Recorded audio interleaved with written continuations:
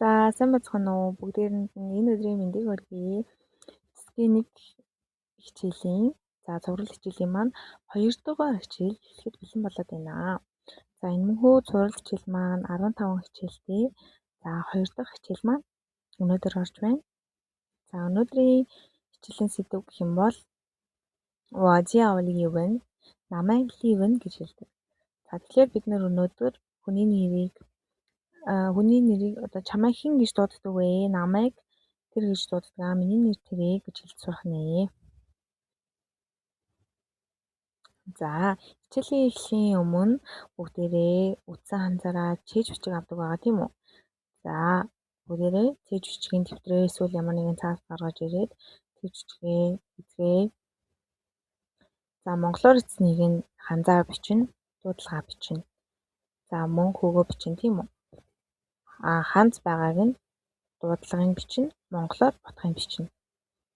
За энд 9 ханз байна тийм үү? 9 ханз байна. За эхнээс нь хэлье багш. Эхнийх нь сайн уу? За хоёр дахь нь та нар сайн уу? Гурав дахь нь бүгдээрээ сайн уу? За дөрөвт нь нэг ханз байна тийм үү? Тавт нь баяртай гэдэг хятадаар юу гэж хэлдэг? Ямар ханзаар хэлдэг? За ханзны дуудлага нь юу гэдэг? Ямар хөгтэй байдаг вэ гэдгийг бичиж. За 6 дахь нь энд 3 ханз байна. Энэ 3 ханзны дуудлага нь юу? Монголоор утга нь юу вэ? За 7-т нь сайн байцгаана уу сурагч та. За сурагчтай юу гэж мэддэг вэ? Нэг бичиж, хятадаар бичиж.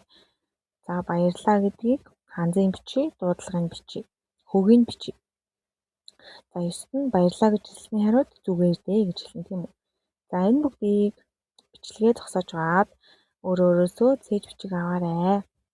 За манай хаалцтай группт ороод цээж бичгээ хэрхэн хийсний бас багшаараа шалгуулж болно шүү. За багш нар дараагийн слайд руу орлоо. За хичээлийн зэргийн санацгай тий. Бид нөр одоо өнөөдрийн байдлаар 3 хичээл үзсэн байгаа. Өнөөдөр бол 4 дахь хичээл. За энэ 4 дахь хичээл дээрээ бид нэр өмнө үзсэн хичээлийнхаа агуулгыг татцгаая. Өмнөх хичээлүүдээр бид нэр мэдлэгийг хэрхэн мэдлэг тухай үзсэн. За үеийнгийн болон өөртөөгөө найз нөхөд тиймэрхүү хүмүүстэй харилцахад ни хаа гэж хэлсэн тийм. Ни хаа. Нин хаа гэдэг нь ахмад настай хүн.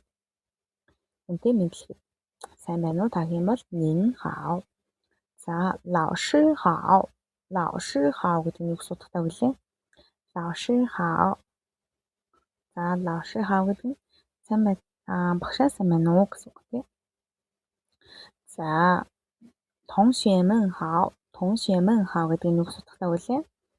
Сурагчдаа сайн байна уу? Сайн байцгаана уу сурагчдаа гэсэн үг тийм. За үргэлжлүүлээд харъя. 你们好гэж тийм.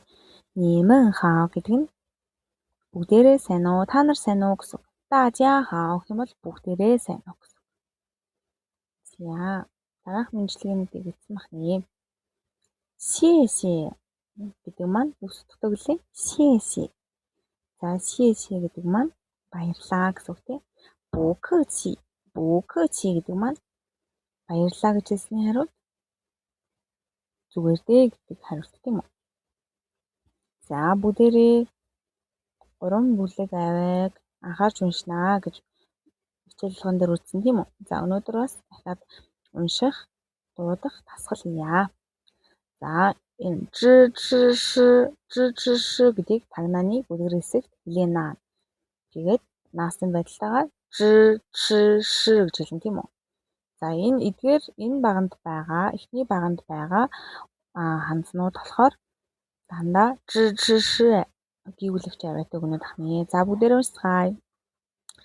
中间再见直间хэл дээшээ тагнаруу直间. За дараачих нь. За энэ з гэдэг бол өөр аваа тий хэлээ шүдэндээ үл ялэг хүргээд шүдээ зугаад за згээс гэд хэл тагнаар явуулаа. Заажи, зүүжи, зүүжи. За дараагийн бага нутгийг уншъя. За жичиши аваа гэвлэж яваарсан юм тийм үү? За жичишиг яаж хэлнэ гэлээ? Багшийн галын санаж гинэ үү? За энэ зурган дээр харагдаж байгаачлан шүдээд зугаад хэлээ. Дооч үдэндээ хүргэн. Жичиши чицы чицы чангчи. За энэ ч гэдэг маань хэлээ тагнаар явна тий.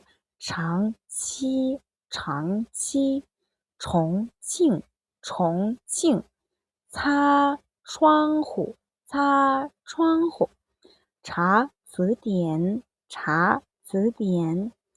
За дараагийн бүлэг авна. Ззс шүдээд зугаад хэлээ. Дооч үдэндээ үл хэлэг хүргэн. Ззс. За с гэдэг авна юм тий. Хэлж авна. За ш яаж хэлнэ гэлээ? Хэлээ дэшээ тагнаа руу наа. с хэл дэшээ тагнаа руу. Дараа нь доошоо шүд рүү явна гэсэн. 시线10岁修饰. За бүгдээрээ сайн байна. За дуудлага зөвшөөрлөг дасгал хийцгээе. За энэ дээр хүүхдийг орж ирж байгаа. За яг утгатайгаа хандснууд орчихсон байна тий. Бүгдээр уншицгаая. За шу хэл дэшээ тагнаа руу. шу车手吃. За дараагийн жичиши чи去下想. За包跑猫买. За бүгдээрээ хятад хэлний дөрвөн хүүг гэж байгаа гэж багш нь зааж өгсөн тийм үү. За тэгвэл хятад хэлнийхаа дөрвөн хүүгний тэмдэглэгийг хараад энэ тэдгээр үг байна гэж танд сурсан байгаа илүү. За нэгдүгээр үг ямар гэлээ? Нэгдүгээр үг ийм шулуун тэмдэглэхтэй тийм үү. За энэ шулуун тэмдэглэхтэй хам бол нэгдүгээр үг ахна. Дээшээ тэмдэглэхтэй хам бол хоёрдугаар үг. За дээрээс доошоо наад буцаа дээшилсэн. За их багын тэмдгийг доош нь харуулсан юм шиг энэ тэмдэглэг нь 3 дахь үг тийм үү. За огцом доошоо тэмдэглэсэн нь 4 дахь үг. За 1-р үг, 2-р үг, 3-р үг, 4-р үг. За хүгний тэмдэглэгээ сайн чийжлэн. За энэ ямар үгтэй үг вэ гингүүд ямар 1-р үг байна. Энэ 1-р үгтэй нь 2-р үг байна. Энэ 1-р үгтэй нь 3-р үг байна. Энэ 1-р үг нь 4-р үг байна гэж хариулж сурнаа. Өөрөө хараад мэддэг болно гэсэн үг шүү. За хөгөөнийг давтчихъя. 1-р үгийг уртаар дуудана гэстэй. ма. За зүгээр ма гэж хэлэх өөр тий. Энэ 1-р үгтэй болохоор ма гэж уртаар дуудаж байгаа шүү. За 2-р үг нь болохоор дээшээ. Бага төвшнөөсөө дээшээ хэлнэ. ма. За 3-р үг нь бага төвшнөөсөө доошоо уруудлаа. Тэгээд дээшээ өгснө гэсэн. За ма. За 4-р үг нь бага төвшнөөсөө шууд доошоо уруудна. ма. За 3-р үгийн өөрчлөлт байгаа гэж тэгсэн байна тийм үү. За хятад хэлэнд яг хөгийн өөрчлөлт гэж байдаг. Гэхдээ энэ нь тийм ч их биш. 3-р үг хамгийн их өөрчлөгддөг. За хамгийн сонгодог жишээ нь. За 3-р үгийн өөрчлөлт гэж байгаа. Өөр ганц 2хан ханзан дээр хөгийн өөрчлөлт орж ирдэг. Бусад үед хөг өөрчлөгдөхгүй. Яг анхны тэмдэглэгээрээ уншигдана гэсэн үг. За 3-р үг яагаад өөрчлөгддөг юм бэ гэхэлэр энэ өөр учир шалтгаантай. За энэ бидний үзсэн 2 ханзан тий. Ни хав гэсэн 2 ханзан тийм үү. Хоёулаа 3-р үг нь. 3-р үг хэлэхэд за 3-р хөгийн араас 3-р үг ороход хэлэхэд жоохон төвөгтэй тийм үү. Ни хав гэж уншихад төвөгтэй тийм үү. За тийм болохоор энийг ярианд хэлбэрчлэх үүднээс хэлэхэд илүү дөхөм илүү хэлэхэд эвтэйхэн байлгах үүднээс энэ нэг ихний одоо 3-р үгтэй ханзыг нь 2-р үг болгож уншдаг гэсэн. Үндсэн ханзны дуудлага нь хөг нь өөрчлөгдөхгүй зөвхөн энэхүү нөхцөлд 2 дугаар хүүг болж өөрчлөгдөн гэсэн үг. За юу гэсэн үг юм бэ гэхээр ни гэдэг маань 3 дугаар хүүхдийн ханз, хаа гэдэг нь 3 дугаар хүүхдийн ханз. За энэ хоёрын ихэнд орж байгаа ханз нь буюу ни гэдэг ханз нь 2-оор уншигдана гэсэн үг. Тэгэхээр бид нэр ни хаа гэж уншихгүй ни хаа гэж уншиж байна гэсэн үг. Ни хаа. За энэ дор мөн жишээ энэ тийм үү? Энд к и гэсэн хоёр ханз байна. За энийг к и гэж уншихгүйгээр эхний ханзыг 2 дугаар хүүг болгоод к и ни хаа гэж уншдаг байна. За бүгдээрээ энэ жишээ үгсгэснийг нь бүгдээрээ уншия. За тэгэхээр эхний ханзын дандаа хэдий 3 дугаар хүүгийн тэмдэглэгээтэй байгаа ч гэсэн 2 дугаар хүүгээр уншина гэсэн үг. Ни хаа 2-оор уншлаа, 3-аар уншлаа. Ни хаа к и фу дао сяо жie коу ю. За тэгэхээр энийг коу ю гэж уншихгүй нэ гэсэн үг. Коу ю фа ю тао хао ляо жie ёу хао ю сан шоу яо. За энэ маягаар унших нэ. За энэ 3 дугаар хүүгийн өөрчлөлтийг заавал тэмдэглэж аавна. Энэ болохоор 3 дугаар хүүгийн араас 3 дугаар хүүг орох тохиолдол маш их байдаг. Тийм болохоор энийг зөв уншиж сурахын тулд заавал тэмдэглэж авах нэ. Тэгээ гэртээ сайн уншаад өөртөө тогтоож авах нэ. За сая 3 дугаар хүүгийн араас 3 дугаар хүүг орсон тийм үү? За энэ дээр байна. 3 дугаар хүүгийн тэмдэглэгээ, 3 дугаар хүүгийн тэмдэглэгээ. 3 дугаар хүүгийн араас 3 дугаар хүүг орох юм бол эхний ханзны хүүг нь 2 дугаар хүүг болж өөрчлөгдөн гэсэн. За дараачийн үлдсэн 3 тохиолдолд бас 3 дугаар хүүг өөрчлөгдөх юм байна. 3 дугаар хүүгийн араас 1-р хүүг. За энэ шулуун зураас маань 1-р хүүг тийм үү?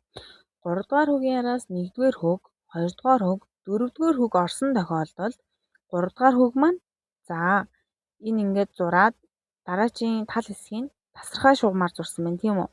За тэгэхээр энэ маань юу гэсэн үг юм бэ гэхээр 3 дугаар хүүг маань хагас уншигдана гэсэн үг. За энийг хагас 3 дугаар хүүгийн өөрчлөлт энийг хагас 3 дугаар хүүг гэж хэлдэг. За энэ мөн л адил ярианы хавцад 3 дугаар хүүгийг бүтэн уншихад төвөгтэй маш цааттай байдаг учраас ярианд илүү хялбар за нэгэн жиг хоорондоо эвцэлдээтэй уншихын тулд 3 дугаар хүүгийг өөрчилж ийн гэсэн үг. За одоо энэ хагас 3 дугаар хүүгийг яаж унших юм бэ гэхлээр за багш нь жишээн дээр тайлбарлаж өгье. За энд лаоши гэж бид нарын үздсэн үг нь тий. Тэгээ энийг болохоор бид нэр лаоши гэж уншихгүй байх нь. За яаж унших юм гэхлээр яг энэ тэмдэглэлийн дагуу 3 дугаар хүүгийг энэ доошо уруудсан хэсэг хүртэл уншаад дараачийн дээшээ өсөж байгаа шиг нь уншихгүй гэсэн. Уншихгүйгээр шууд дараачийн үгийг уншина. За жишээлх юм бол лао ши гэж уншихгүй энийг шууд лао ши дээшээ өсөхгүй байна. Лао гэдэг ханзан маань дээшээ өсөхгүй байна. Лао ши гэж уншихгүй лао ши доош унаглаа. Лао ши. За дараачийн ханзыг нарыг. Ши зун шоу ду. За 3 дугаар хүүгийг хагас уншиж байгаа шүү. За шоу ду. За тэгвэл 2 дугаар хүүг араас нь орох юм бол мөн адил хагас уншигдана. За 表情表明定牛. За ерөөсөө л定牛хагас уншаа гэсэн үг. 表情гэж уншиж байгаа гэсэн үг. За тэгээд 4 дугаар хүүгийн араас 3 дугаар хүүгийн араас 4 дугаар хүүг орох юм бол мөн адил 3 дугаар хүүг нь хагас уншигдах нэ. За хагас гэдэг маань багш хэлсэнтэй бяо гэдэг ханз маань бяо ши гэдэг араас нь шууд хагас уншаад арийнх нь үеийн уншигтана гэсэн үг. бяо ши бяо тай. За нэг ойлгосон бахаа гэж найдаж байна. Энэ ханзны хөгний тэмдэглэгийг хараарай. Багш нь яаж уншиж байгааг сайн анзаарч сонсоорой. За тэгээ багшийнхаа унсныг ойлгоогүй бол бичлэгээ ухрааж бас үзээрэй. За өнөөдрийн ханз чинвэн. За чихвэн гэдэг маань өшөөгөөрэй гэсэн үг. Англи хэлний бол excuse me гэсэн утгатай үг. За чихвэн гэхээр хүмүүс ямар үед ашигладаг вэ гэхээр уучлаарай өшөөгөөрөө юм асууя гэсэн тохиолдолд ашигладаг гэсэн үг. За энэ хоёр хандлагын маань зурлагын дараалал байна. За ханзаа бичээд аваарай. Энэ хоёрыг ханзыг цугтан биччихэж энэ хоёр өшөөгөөрэй гэсэн утгыг илэрхийлж байна гэсэн үг шүү. За тус нь бичихгүй цугтан хэрэглэн чихвэн. За чихвэн гэж анзаарах юм бол сая багш нь 3 дугаар үгийн өөрчлөлт гэж үтсэн те. 3 дугаар үгийн өөрчлөлт 3 дугаар үгийн араас 4 дугаар үг орсон байна. 3 дугаар үгийг бүтэн уншихгүй. Хагас уншин те. Хагас 3 дугаар үг уншин. 칭wen. 칭wen. За. Багш нь энийг 칭wen гэж уншихгүй байна те. Энийг өөрчлөлтөнд оруулаад 칭wen гэж уншиж байна. За дараагийн ханз нь жиao. За жиao гэдэг маань үйл үг байгаа. Энэ маань миний нэрийг тэр гэдэг. Миний нэрийг сараа гэдэг. Миний нэрийг даваа гэдэг. За гэх юм. За үүнийг тэгж нэрлэдэг. За тийм тэр нөхцөлд тэгж дууддаг нэрлэдэг гэсэн утгаар ордог бахны. За энийг бүгдээрээ жишээнээр үзэн та бүхэн эхлээд ханзаа бичээд аваарай. За 3 дахь ханз. 3 дахь ханз маань шанма. Шанма гэдэг маань юу гэсэн утгатай асуух ханз бахны. Асуулт. Юу гэсэн үг. За энэ шэн гэдэг нэг ханз, мө гэдэг нэг ханз бахна. Энэ хоёр нийлээд шанма нэг утгыг илэрхийлнэ. Юу гэсэн нэг утгыг илэрхийлж байгаа. За ханзаа бичээд авъя.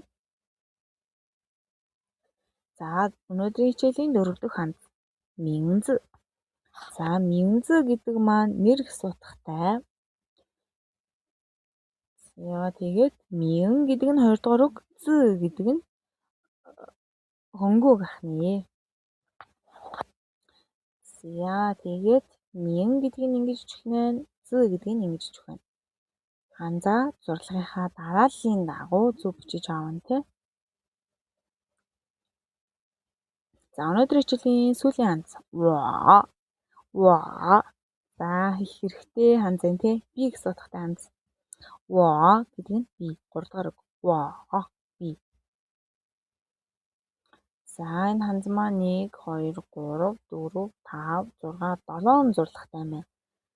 За сайхан зурлагын дарааллынхаа дагуу чийжлэн. За ер нь хэл сурна гэдэг чинь ерөөсөө л чийжлэх, ойлгох үлэгт шүү дээ.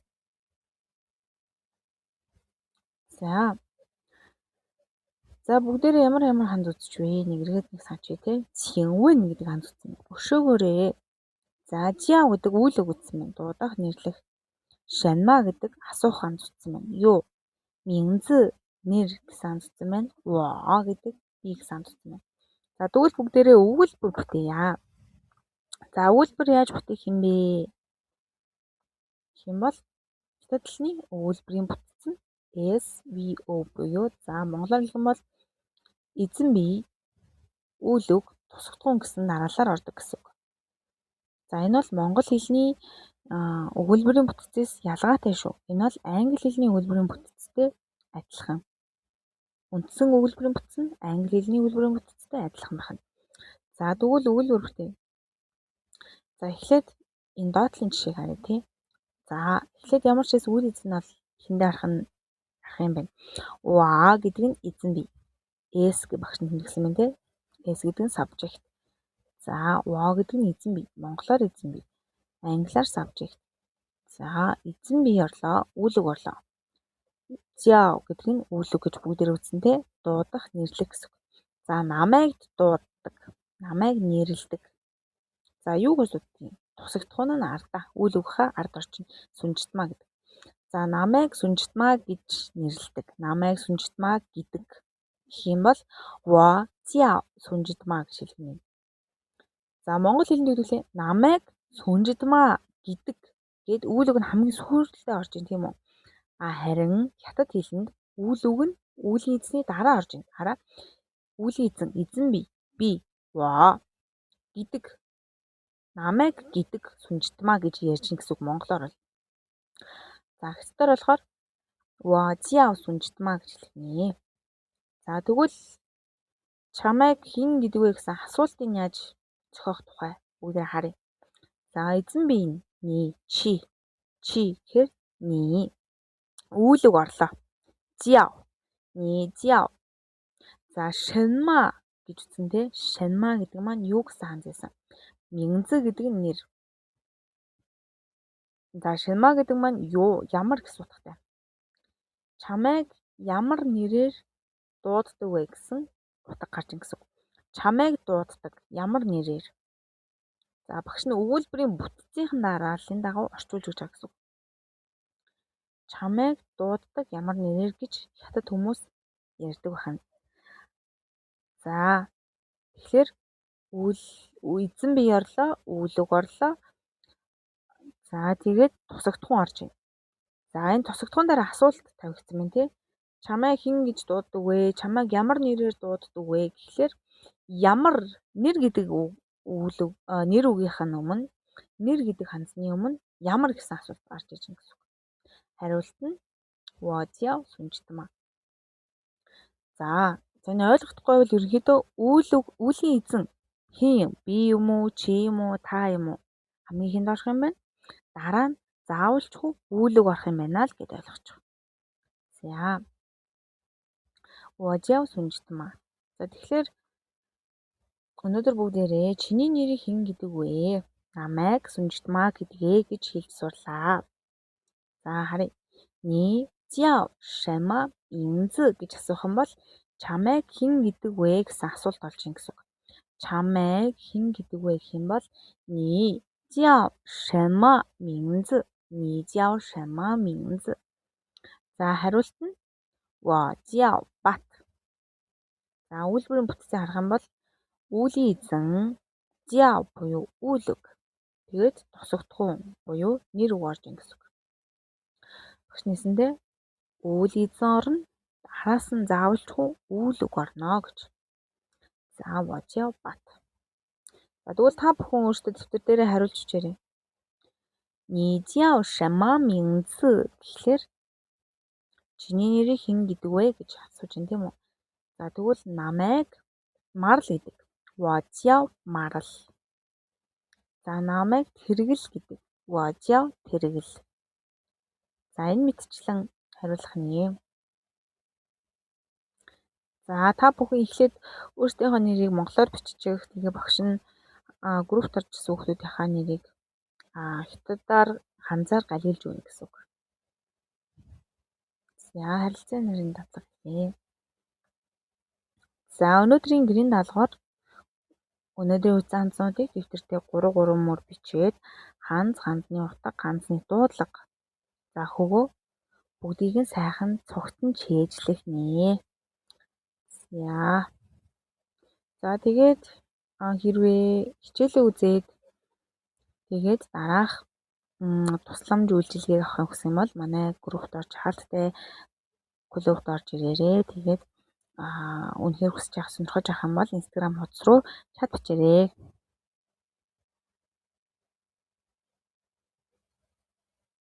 За өнөөдрийн хичээл суусанд баярлалаа. 谢谢同学们再见。同学们再见。